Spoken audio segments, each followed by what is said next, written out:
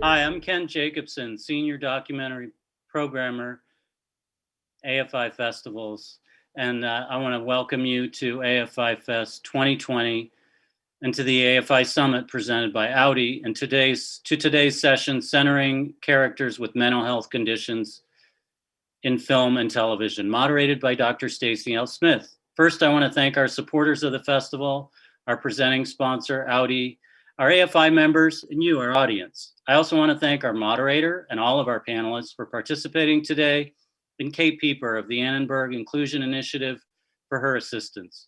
Also, a big congratulations to the Pink Skies Ahead team, whom you'll be meeting in just a moment on their world premiere last night at AFI Fest. A couple of quick announcements. The chat function will not be on for this session. However, if you'd like to comment, we'd love to hear from you on social media at #AFIFest. And please be sure to join us tomorrow at the summit for a pre-recorded session, EW's The Awardist, a conversation with director Julia Hart and Rachel Brosnahan. That session launches at 1 p.m. Pacific. We are back live for our final summit session on Wednesday at 1 p.m. Pacific for a very timely panel, From the Streets to the Legislature, a conversation with the filmmakers and subjects of All In, the Fight for Democracy, and Tangled Roots. As always, for more information on all of the summit sessions and our film lineup, please go to fest.afi.com. And now on with the show.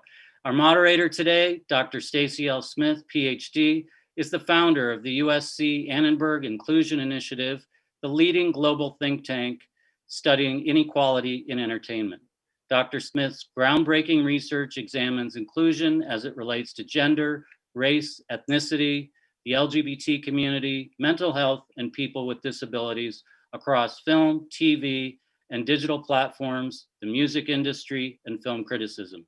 She has authored over 100 books, articles, chapters, and reports.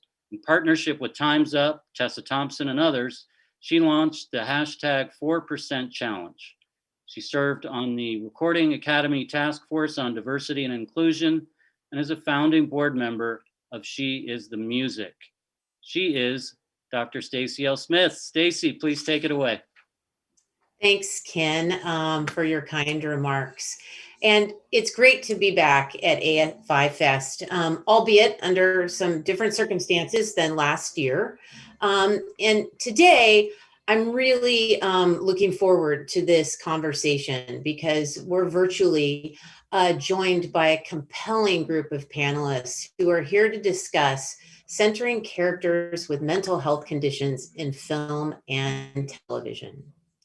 This panel was really a fortuitous event as Pink Skies Ahead, a movie whose protagonist is depicted with an anxiety disorder, premiered at AFI Fest to quite some raving reviews.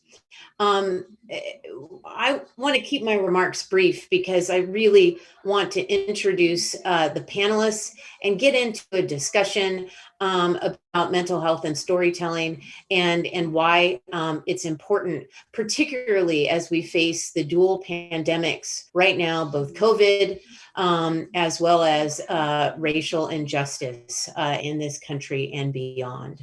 So I'm pleased to announce that from the film Pink Skies Ahead, we have director, writer Kelly Oxford joining us and the lead actor, Jessica Barden, who plays Winona.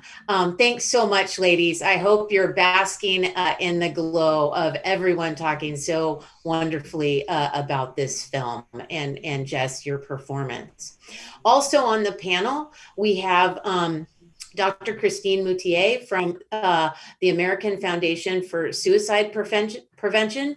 She's a chief medical officer with that organization and really one of the leading voices when it comes to not only suicide prevention, but really thinking about mental health storylines in the entertainment industry and beyond. We're also joined by the Vice President of social impact at ViacomCBS, Noopur Agarwal, who I also have had the pleasure of working with over the last many months. And she will be discussing, I think we're really excited to talk about some of the work that they've been doing across the platforms, whether it's MTV, Comedy Central, VH1, really the social impact arm, thinking about issues of mental health. And so thank you all for joining today. And Kelly, again, congratulations on the MTV acquisition and for the premiere of the film. Long time coming, but what a great delivery. So first off, well done. Well done. Thank you so much. Kelly, Pink Skies Ahead is a coming of age story unlike we've really seen before. It centers on a young woman who is not only trying to understand her future, but she's also trying to cope with her own mental health challenges and specifically anxiety. And we know that this type of storyline is quite rare. Our own initiative, partnering with AFSP and Dr. Moutier, we found that less than 2% of all characters across 100 of films are shown with a mental health condition, and only about 15 characters total out of 4,500 roughly are shown with anxiety or PTSD. So with these stats as a backdrop, and I know there was just a great in-depth story on you in the LA Times a few days ago. Tell me a little bit about the origin story for this film and why this film for your directorial debut. Right. Well, mostly for the reasons you've just given. There isn't a lot of representation for people with anxiety, and most people I know have it. I wrote an essay called No Real Danger. When the book came out and I went on book tour, that was the essay that everybody who got a book signed said touched them, and that was shocking to me because it was, the first time that I had shared my experience with having a mental health issue with anybody. And for it to come back to me in such a warm way and to connect with the community through sharing, I just thought, well, this is the reason, even though it's one essay in the book, that's the greatest reason to have written this book. And when I was searching for new ideas to write a new film, it occurred to me that should be the story, because there aren't any films that talk about this, and there are so many people that live it that I really wanted to get it on screen to get more eyes, more people feeling seen, more people being heard, panic disorder, less stigma around having any mental health issue. And I wanted to tell the story in, the way that it happened to me, in a realistic, kind of a myopic way, following this one character through her journey of being diagnosed, through her process of, shame and suppression, not telling her parents, and finally, not being able to control it anymore, and realizing she wasn't in control of it to begin with, no matter how many things she tried to, distract herself with. So yeah, that's the story I wanted to tell. And I think that we together, all of us, did it. I enjoyed the film, and we were having a conversation before we came on to the panel, and I want to ask Dr. Moutier about her reaction. And Christine, I know that you advising or consulting with different shows, and I just like your perspective on, I know you just saw Pink Skies Ahead. What was your reaction as someone who is not only a psychiatrist, but really is at the heart of storytelling, your reaction to the film? I was just saying to Kelly that, I live and breathe mental health and suicide prevention. I'm immersed in stories and science, and just having watched Pink Skies Ahead, I loved it. I didn't want it to end. So it grabbed me just from a human standpoint. But I think also because, as we've just been mentioning, the portrayals of people who live with mental health experiences, including mental health conditions and the whole spectrum of mental health that we all live with, truly, is not being portrayed in a way out there generally that is able to help the public kind of move the needle beyond stereotypes, beyond misinformation. For example, the linkage between mental health conditions and violence is rampant in entertainment and completely inaccurate. So there were so many things about the storyline, the plot, and the portrayal by Jess as Winona. Oh my goodness, like that it was relatable, that you got to feel the human emotion from really lacking much insight about how anxiety plays out for us as human beings. It does feel very physical. It feels like there are reasons to be stressed, and moving through that process, but in a very sort of gritty way. It did not have, it didn't have a feel of, an educational film, and yet it did everything right in terms of the portrayal of that journey, the help and support sources around her, such as her parents, her friends, doctor, therapist, not being perfect, but being there and present, which actually is true for all of us. And they're not perfect, and that's okay. We don't need perfect. To the portrayal of treatment and both meds and talk therapy. It really resonated for me. Congratulations again, Kelly and Jess. Thank you. So Christine, I'm going to come back to you about effects of these types of portrayals on consumers. But Kelly, tell me a little bit about the journey of finding Winona. Because I want to talk to Jess about her experience on set in just a second. But how and when did you know Jessica was Winona? Just maybe tell us a little bit about that process before I ask Jess about her on-set experiences. Well, I was a huge fan of Jessica's after watching End of the Effin' World on, I can't say it probably, on Netflix. Her character, her acting, her talent, I was just a huge fan of hers. I followed her on Instagram and I saw that she was following me already. And we had sent each other DMs and I hadn't even really noticed that it was Jessica Barden that I was like talking to.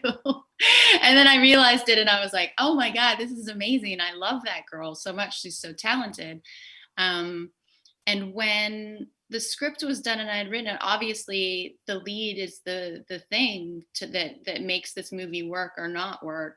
And she was, the person that I went to first, and I did slide into her DMs and ask her if she wanted to read a script, and she read it, and it worked out for both of us. That's amazing. I'm glad I follow you on Twitter. Maybe I'll have such luck, right? The casting was just one surprise after another. And congratulations on just, bringing me right back to the late 1990s in a way that I don't know if I wanted to go back, but I was there and experiencing it. Jessica, a lot of this film, you just embodied Winona in a way that viewers really, I think, can connect with and be transported by.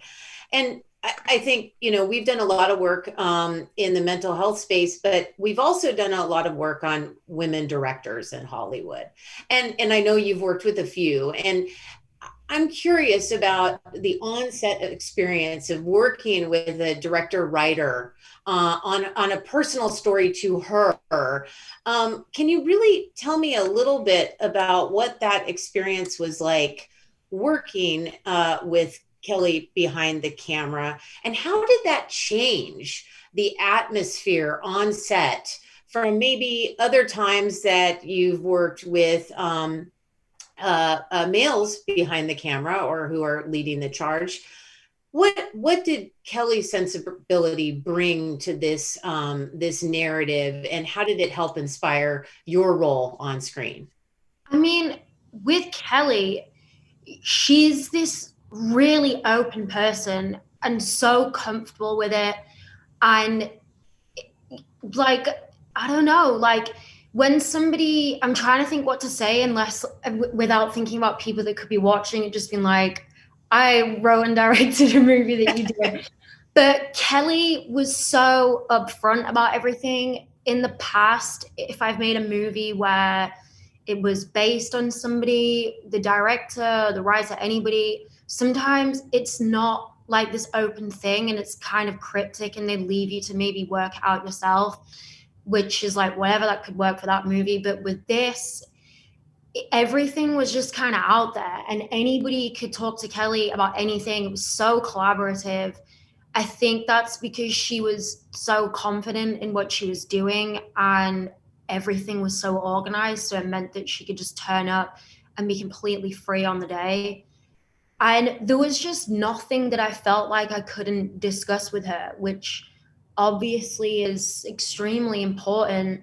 If, we filmed the whole panic sequence on the second day, that the last 25 minutes of the movie were done by day 5, which is crazy. And yeah, it is so much easier to do that with a woman, I guess. Like it is, but I guess that's just me personally. It is a really different relationship to work with a male director. There's a lot more banter and the conversations have to be, you kind of have to go around the houses a bit more before you can get to something if it's personal, which can have its reason and it can be great, it can be constructive. But for this movie and what we were trying to do, it was so valuable that we could just go, okay, so like, do you think that I should just be like full nervous breakdown crying, or should I just do like maybe just like little tears, which actually is a really hard conversation to have with someone. Like it is. It's difficult to want to go to that place when you're filming, especially on the second day of something on a set, because I don't know about anybody else, but for me, obviously you are thinking about the character when you're doing something like a panic attack or having like a breakdown of some kind, but also at the same time, you're thinking about your own experiences.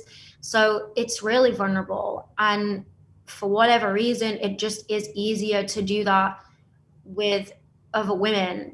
They don't ask invasive questions. It's just a lot more instinctive, like they understand. But it was definitely crazy unique with Kelly because we basically are the same person. I don't know why, like we just are. And I just would have done anything for Kelly. If Kelly was like, okay, now you have to wrestle a bear, I would have been like, okay, let's go. Let's do it, Yeah, I don't think that I'll ever have another experience with a director like the one that I had with Kelly. It was really unique. That's great. And there's a few filmmakers that have a tendency to work with the same person over again. I can think of Nicole Hollisenter comes to mind as doing that, and a few others. But perhaps this will be the first of a few things that we'll see from Kelly and Jessica over time. I love it. Which would be fantastic. Christine, I want to hop back to you real quick. Our work together has really shown that the depiction of mental health conditions, and you touched on this, can often be trivializing, dehumanizing, and stigmatizing. They can also be shown in caustic or humorous contexts that can lead to negative effects. And in some of your opening remarks, you talk a little bit about how Pink Skies Ahead, and I've heard you speak about this over the years, was really authentic and nuanced, and how important that is for audiences. Can you tell us about the research and what it does say in terms of the impact of storytelling on things like help seeking, empathy, self-care, and where are the problematic portrayals, because we're talking about something that I think we would all agree falls into that real authenticity that we want viewers to experience. But where do storytellers start to get themselves in trouble in terms of effects? Tell us what the research says. Sure. And this is really important because as much as science is growing and shedding light on how the brain works and how mental health plays out for human beings, nothing will compare to how media and entertainment has a role in changing culture with regard to any complex and especially formerly stigmatized topics where there's a lot of taboo around. And in our nation, we're in this state of rapid change where mental health has become very well understood at the superficial level as a valid and real part of human health. But that's not enough, because we can see what that does for our nation. We still have an epidemic of mental health suffering, not enough access to care. So by portraying a character like Winona in this authentic way, where she is a full human being with her intelligence, her hopes, her dreams, her relationships, but where at least the sophisticated viewers can already start to see that anxiety is playing a role in shaping some of the aspects of her life, and perhaps limiting her in ways that even she doesn't see, she's not able to see yet.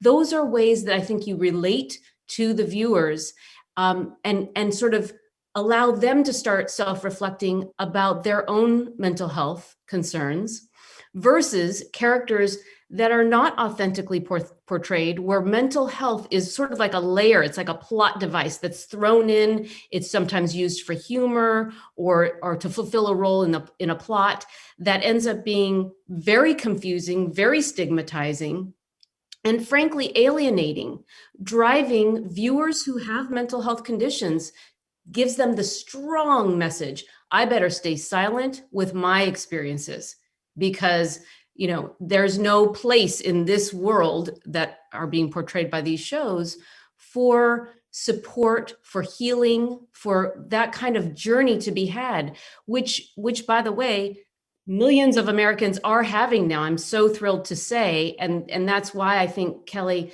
and Jess, the response is so robust, because this is like a level of interest that is sort of has been dammed up, and people are wanting to be able to talk about it. There is power and healing in just disclosing and talking to others, like in the support group portrayal in the film, but that is happening on social media and all throughout. So I can't emphasize enough that for anyone who has a platform for creating content that's going to reach viewers, if you have an interest in portraying mental health, please do it. And please know there are ways to do that in a way that will not only provide entertaining content for the world, but can actually help move the needle on our ability to live out our lives in a much more sophisticated way when it comes to mental health. We should be able to do that in the United States in this day and age. We really should. So, I mean, there's so much more to be said about like what not to do, but those were some of the real highlights that differentiated this film, and that I think we are seeing more of, honestly, Stacy, even since we did our study a couple of years ago. Well, and I'm looking forward to us releasing the update, which will be very soon. So, but I think your remarks are the perfect segue to Noopur and a little bit about what you've been working on. And what's interesting, Noopur, is that ViacomCBS has really made storytelling involving or around mental health a priority. And I know with our work together, that's definitely the case. I'm hoping that you can share some examples of how ViacomCBS has really integrated mental health into its content, and to speak to the impact, as Christine just mentioned, the impact of those storylines on audiences, particularly adolescents or young adults, and what seems to work well, and where is there still lots of room for improvement leading into the future? Yeah, thank you, Stacy, for hosting this discussion. I'll just start by sharing a little bit about the context and background history of our networks. I've been leading our mental health work at MTV for the past 13 years. And around that time, we launched a mental health campaign that was aimed at bringing attention to mental health. And this was back, in 2006 and 2007, when conversations about mental health weren't quite as open as fortunately they are becoming today.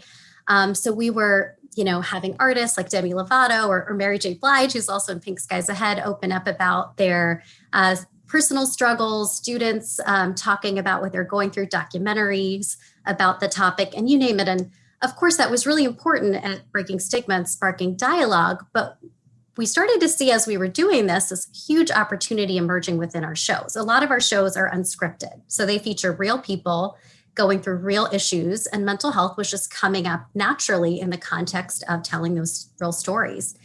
So we started to partner with experts and think about how can we use these organic storylines and infuse messages that are positive and supportive and that encourage help seeking. And over the past decade or so, that's really evolved into a huge stream of how we are able to reach the audience with these messages. Looking just at the last year alone, we had major mental health storylines in our top shows, from like Teen Mom on MTV to Love and Hip Hop on VH1. And we saw 300,000 people seek help as a result of seeing an integration within a show. And then when we surveyed people to ask them what they thought of these integrations and how they were impacting them, we were seeing huge numbers of people saying that depiction would help them think about mental health differently. It would make them want to support a friend. It would break down stigma in a particular community they might be a part of. One of the things I'll just highlight that I'm personally very excited about is the power we have to model effective peer support. That is something we have seen time and time again. When a cast member opens up about a mental health struggle, showing what the rest of the cast does in that moment can really set the tone for how somebody would feel that they should respond if they were in a similar situation. So I think there's huge opportunity to really model more positive behaviors, peer support, healthy coping, resilience building, really expanding the aperture of how mental health is depicted. That's great. And I want to come back to you a little bit more on even more concrete steps that you've been working on. But building off of what you just said, and I do want to ask you, is that research available that you just mentioned in terms of impact of storylines on audiences? I wish my students were watching today, but is there a way that we can get access to some of that information? Because that's very powerful, some of those numbers you just shared. Yeah, that's internal research done by our insights team, just for the purposes of us really understanding impact. But our hope is going forward, we can do more robust research that is publicly available that we would want to share. But I'm happy, of course, to share our internal insights with you, just to give you kind of a look at what we're seeing thus far. Yeah, and I'm really hoping that some of these kinds of conversations will translate into academia and other research firms, really trying to understand the impact, both in short and long term, the positive gains in terms of help seeking, identification, and feeling a sense of support when the media might be really your only way to connect on a particular issue. Kelly, I want to jump back to you and thinking about mental health storytelling. I'm curious, it's a personal story, but did you work at all during the film with experts on Pink Skies Ahead? And if so, how were they helpful in the process before, during, or after production? Actually, I didn't. I considered it for a while, but I really thought that if I did more research, I would lose the feeling of Winona by adding more information that she didn't have. And I really wanted the movie to portray it from a realistic point of view from somebody who gets diagnosed, and it was literally verbatim conversation I had with Dr. Cotton, who's my actual doctor, Dr. Monroe, conversation with Dr. Monroe. I just remembered verbatim what they said to me, felt very comfortable with it, and wanted to tell the story from Winona's point of view rather than get more information and load it up and do something like that. I felt that it would really take the heart out of what Winona was doing. And who knows, maybe it wasn't the best decision, but I could have gone deeper. I'm sure I could have made it work, but I like it the way it is. And yeah, so I didn't talk to anybody. Well, from your perspective, the story really landed. And I think that there are a lot of times at writers' rooms or folks telling stories, maybe more of an arm's length or even further away from personal experience. And so I'm curious, Christine, what can you lift the hood on what that process is like when working with content creators who may need some help, who maybe don't have kind of the sensibility that Kelly has and the ability to connect based on, their own lived experiences. Lift the hood on what that process is like when you interface with writers and producers on storylines. We'll need you to unmute. Are all over the map in terms of where they are when they come to us. Meaning they may have their own lived experiences with mental health issues, a family member struggling. They may have survived a suicide attempt. They may have lost a loved one to suicide. Or they, like you said, may have had no experiences like that. And they're early in their sort of curiosity about how it all works and how it should be portrayed. I think in the case of Pink Skies Ahead, I mean, I will just say that it had all of the messages that any expert would have wanted it to contain. And if any expert had tried to meddle with the authenticity, then they would have been doing it a disservice. What generally happens is that depending on what stage the project is in, we might hear about an early idea and start talking about some of the things to consider as in terms of ways to do it safely, meaning without any element of either suicide contagion risk or without further stigmatizing the mental health experiences. And oftentimes then as we get farther into the process of reviewing scripts, maybe seeing some rough cuts, then it really starts to narrow down to very minute kind of nuance questions around portrayal of certain topics and scenes. And at least the way my team and I operate at the American Foundation for Suicide Prevention, we're very sort of, I hope, reality-based in terms of, like, we know sometimes it's not going to be about getting it to, and shouldn't be about getting it to the point of looking and feeling like an educational documentary film. It has to retain its, grittiness and life sort of immediacy, which is fraught with, all kinds of unexpected messiness in all of our lives. And so oftentimes we're looking at very nuanced sort of options. And so it can be at any point along that way. And again, I think the best kind of collaborative process is the content creator maintains the absolute sense of, artistic sort of vision for this. And these are kind of very, well, again, it can go from very concrete guidelines around language or ways that if language that is dehumanizing or does use old language that we no longer recommend related to suicide, i.e. the phrase commit suicide as if it's, a crime. that there are still, even if that is portrayed by one character, it can still move forward and be addressed in a different way later on, in a similar way that I found in Pink Skies Ahead, that the immediate question that Winona got from a friend about being diagnosed with anxiety was, what caused it? Like what went wrong? Like as if there was one thing that would lead to this, this sort of, it was a more of a stigmatized conversation, which then in the plot of the film moves beautifully to show that there are conversations later that happen where genetics is related, a family history is inquired about.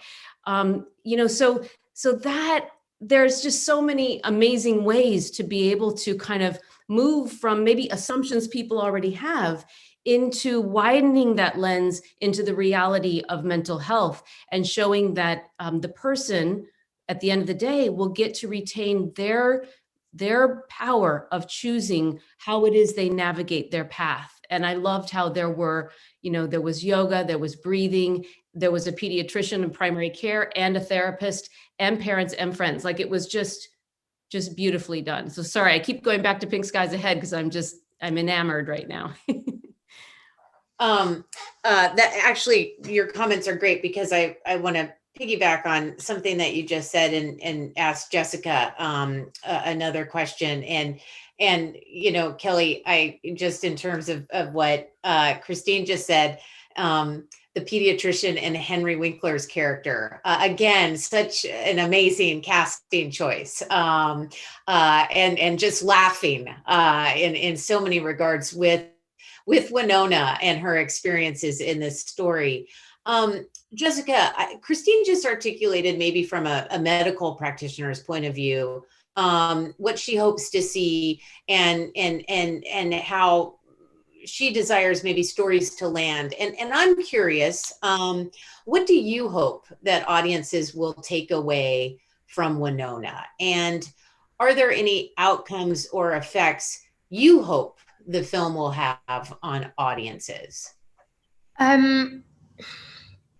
We discussed this last night. The panic sequence was something that I was very nervous about. That was the only thing where I felt a lot of responsibility and that I was worried about. I didn't want it to look like we were saying, oh, this is like everybody's version of anxiety. This is going to happen to everybody. Everybody's going to throw up. And if you don't, then guess what? You have even a wrong kind of anxiety. I didn't want it to be like that. But at the same time, that is a completely private thing that happens, because my experience of anxiety or having a panic attack, like even when I'm in public, I can be having a panic attack and no one would ever know. It's crazy. It only really tends to be so bad when you're alone, and no one gets to really see it, unless you live with your parents, like in this movie. But it's a really private thing. And like, why would you ever discuss it? Because it just sounds so physically insane, that like your brain would defy your body like that. And I really wanted to, I don't know, like put that on screen, because that was the times when I was like, oh no, like I'm genuinely not okay and I don't understand how to explain this to anybody. And I think it's important for people to see that it is kind of normal. That's what happens to you if you have anxiety. Also, I could never, through my own experience with anxiety and having panic attacks, I could never get over the fact that like it didn't have any real lasting damage to my body. Like it doesn't, no one would be able to know that happened to me. So just like this constant confusion over what's real and what isn't, that I think the movie does a good job of representing as well.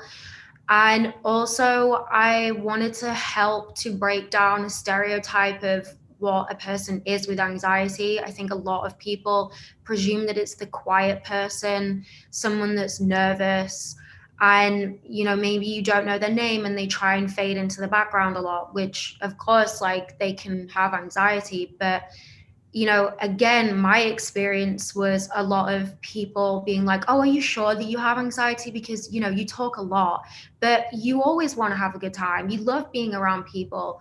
Or, you know, I remember in my teenage years, I would try and see a doctor, and, you know, they would kind of dismiss me because I was there wearing mascara, you know, or like because I was wearing jeans. They were like, well, you know, this could just be a bad time. And just this idea that how could someone like me or Kelly or Winona have an anxiety disorder because you have friends and you go to bars and you're the loudest person there and you are confident with people and you do have bright blue hair and you want people to look at you, and yeah, you are comfortable with that. But at the same time, there's there's a whole other private narrative happening in your head that is like just so hard to deal with. And you can have both, you know? You can be the person that's like, let's go do karaoke after this. But at the same time, you can just be walking around thinking that you have cancer all the time and you have no idea why. And like, that's totally okay. Yeah, I guess just my own experiences of constantly people doubting if I really understood what anxiety was or any type of mental illness, just because like I went to Topshop and curled my hair. They were like, this doesn't seem like somebody that has this. And you're like, okay, like, thanks, Brad. Like, I don't know what to say to you. Watch this movie. Like, you know? Sorry, my dog's crazy. My dog actually has anxiety. Thanks, Jess. And thank you what you just articulated. I think it's so important. You know, this idea of stories resonating and characters being able to really have an impact. Noopur, I hope MTV is thinking about a social campaign around this film. I have some ideas. I'm sure Christine has some ideas, but based on what just shared and what Kelly, you know, wanted to bring, I think adolescents and young adults experiencing this and talking about this movie could be so important in terms of accelerating the effect and normalizing having conversations about our mental health. So that was my preamble to my next question, Noopur. I know you've been working on an initiative to help create a mental health media guide. Can you tell me a little bit about this process? Why is this kind of resource needed? And how is the resource going to fit into the work stream that Kelly and Christine articulated? And in light of what Jessica hopes for her characters and normalizing variance that mental health conditions can have on individuals. So tell us a little bit about this guide and how it's going to be pulled. Yeah, so the idea for the mental health media guide really was born out of the experiences that we had when responding to mental health storylines with our shows. As I mentioned earlier, we found that those moments were really impactful, but then we looked at the research that Dr. Smith and Dr. Moutier did last year and saw there was still a huge gap. Mental health was still very underrepresented, and when it was being represented, it was often doing more harm than good. And that kind of got us thinking about why aren't we capitalizing on this opportunity as storytellers? So we started having conversations with our expert partners, with our industry peers, and trying to really understand what we could create to inspire more of this type of storytelling. And we found three things in those conversations. One, there was a lack of coordination and alignment between all these different efforts. So we found so many great partnerships happening, so much great content, but we weren't actually talking to each other and sharing best practices and lessons learned. So there was a really big opportunity to kind of bring the experience and knowledge together in one place. Second, we found, at least on our end, we were being very reactive. It was storylines would come up and we would respond. And as I talked to other industry peers, it was the same kind of story. It was, we're reacting and trying to keep up and do no harm, but like we're not actually creating the space to think about more positive stories. And then lastly, we were finding that a lot of times the mental health storytelling was really focused on a very narrow end of the spectrum. So it was like the crisis moment, the breakdown, but there wasn't anything else around it. Like, what about all the daily struggles that people experience and the ways that they're getting help that really reflect a wider range of viewers?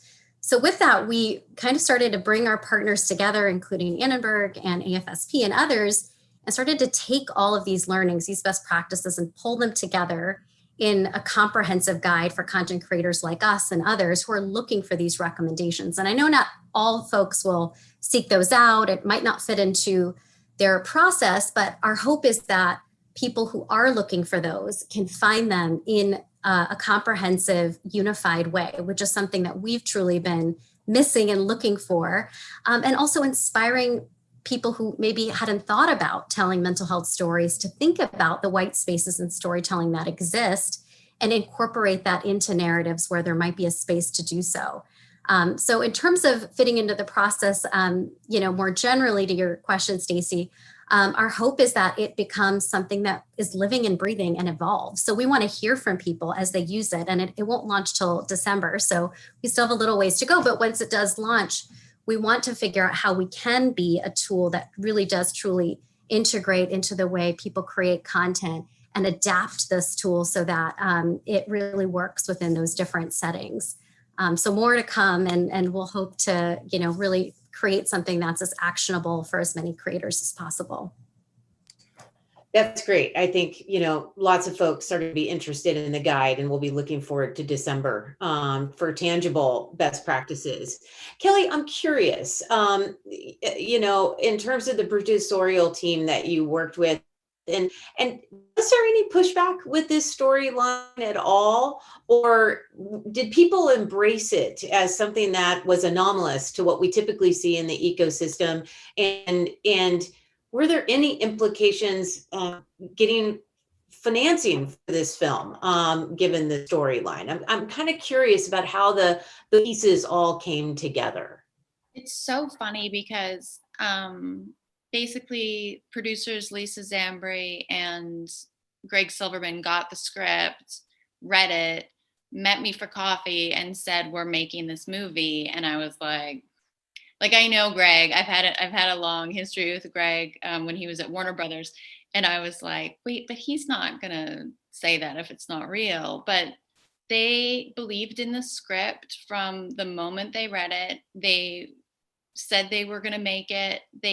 Within a year, we were shooting. A year from when I wrote the script, we were shooting, and they found the money for it just based off the script. Everybody that was an executive producer or a financier came to set and talked to me privately and said how much the script meant to them, that anxiety needs to be talked about, that they were fully supportive of everything. There was no pushback at all on the script, at all in the filming of it, any portrayals, any characters. They were supportive of all of it. That's really good to hear. And not always the experience of women directors or other directors that have been historically marginalized. And it sounds like you had quite a fortuitous set of experiences finding your lead actor, finding financing, connecting with producers. I wish everyone had that experience in terms of storytelling. I'm curious, at the top, we shared two clips, one clip from Pink Skies Ahead, but also, Noopur, we showed a clip from 16 and Recovering. So can you tell us a little bit about that show, its reception, and really how it fits into this broader ViacomCBS effort in terms of mental health? Yeah, I think that show is the perfect example of that shift from being reactive to proactive, of really trying to find those untold stories. When you look at the landscape of how addiction is depicted in mainstream television, it's often very riddled with stereotypes and misconceptions and myths about people who are dealing with substance use disorder. And this show, what is so special about it is it's really told from the perspective of those young people at Recovery High who are dealing with this day in, day out, and really shifting the narrative from addiction as a moral feeling to really something where these young people need support in dealing with the mental health issues and challenges they're facing. So this really kind of marks where we'd like to go with storytelling within our network, finding those real stories that aren't really getting the bright light shown on them that they should. And so far, the reception has been just absolutely amazing. People, I think, are really seeing a new face of this issue reflected on, on mainstream television that they hadn't seen before. And it's really shifting perceptions, sparking conversations, and bringing people together around the fact that we actually need to think about systemic solutions to supporting people dealing with this rather than pointing fingers and placing blame, which had often been the case in the past. So this is, hopefully just the beginning of more of this proactive storytelling we can do that really shifts narrative and hopefully creates action.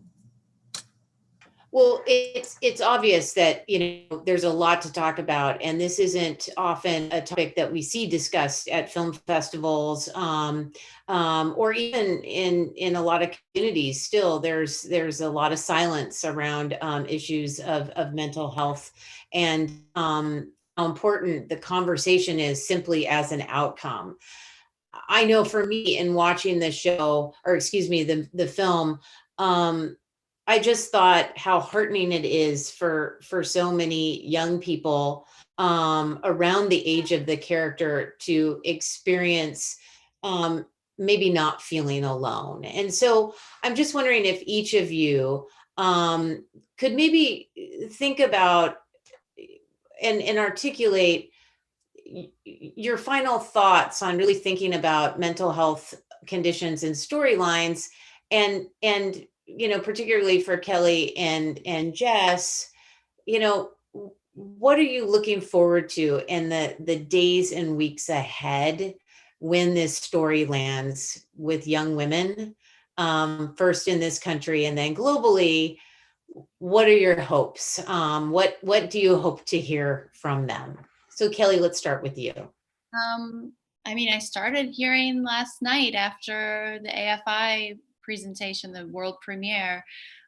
People are surprised actually at how realistic the portrayal is, and how realistic the portrayal is of the doctors and the family, and how she goes through her own re-examining after she's diagnosed, and people, and that's what I want. I want people to see themselves, in her, if they have an issue dealing with anxiety, and not feel so confused and alone like I did. That's part of the reason I set the movie in 1998, because at least now you can Google anxiety disorder when you get home after your doctor tells you have one. In 1998, you couldn't go home and Google it. I just was like, something's going to happen to me. Like, what is happening? So, for those people who don't go beyond the Google, I'm hoping that this will inspire them to realize that there is a huge, large community of people that feel like them and are completely capable in their everyday lives, and just have this thing that they have to deal with, and their families have to deal with, and their spouses and children have to deal with, and that it's okay, and that you can get through it, and you can have a career, and you can have kids, and everything can be fine. But when you're 20, you don't know that. So yeah, great point. And Jess, I know we only have about 2 minutes left. Jess, how about you? What are your final thoughts and hopes for how this lands? Obviously I agree with everything that Kelly said, so I'll just add on top of it. This sounds weird and maybe inappropriate, but do all of that, be like, okay, I'm gonna be fine, and then just go one step further, and just I hope that people then can just not be afraid of their life if they get a mental health diagnosis that shocks them. You can be like, oh, I can do so many cool things with this. This actually is something that can make me really special and such an asset to people. And lastly, you can start to see the humor in all of it, because there is actually a lot of humor in having an anxiety disorder. There just is. It takes a long time to get there, and you have to find the right therapist and the right things that work for you.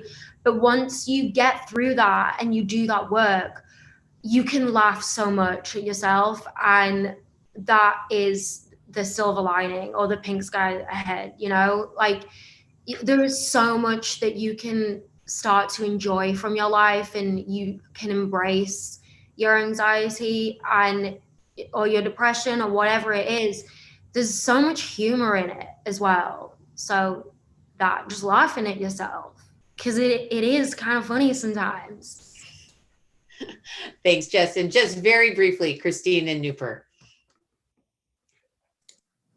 I think this film will resonate, and I actually am full of optimism, even though right now is a time of tremendous challenge and suffering and anxiety, depression, and lots of mental health struggles are actually up right now around the world, but certainly in the US. All of our recent mental health surveys show that. But we're talking about it now, and more people are able to realize that these are issues of health, not anything else. And just like all health issues, we should be able to, they're private, but then we can share them. We get to choose, we carve out our own path, and there's a community. So I am actually full of optimism. I think more content creators can do this and are interested in doing it. And those of us in the space are ready to engage. So thanks. Great. Yeah, I'll quickly add that my hope is that we as storytellers get out of this binary of mentally ill and mentally well, and really recognize that mental health is a continuum. We all have mental health, and anytime you're talking about a character or a cast member, they have mental health, and there's ways to represent that within your content. And also recognizing that there's unique experiences that people face depending on what community that they belong to. So really ensuring we're also lifting up those diverse representations of mental health. And like Christine, I'm very optimistic that we're headed in the right direction.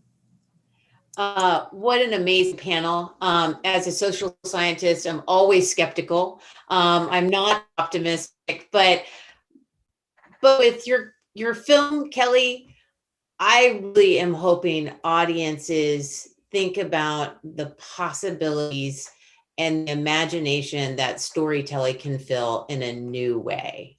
And for shows like 16 and Recovering, and what ViacomCBS is doing to really put mental health at the center, as vast numbers of individuals in the United States report having mental health conditions at some point or over time in their lifetimes. Like Noopur and Christine, I can share that optimism. Panelists, thank you so much. Jessica and Kelly, best of luck in the days and weeks ahead, and whatever the next steps are in terms of your careers. I hope you can continue both to surprise us with stories that resonate in ways that we haven't seen before. So thank you, all of you, and thanks for joining us at AFI Fest. Thank you. Yeah. Thank you.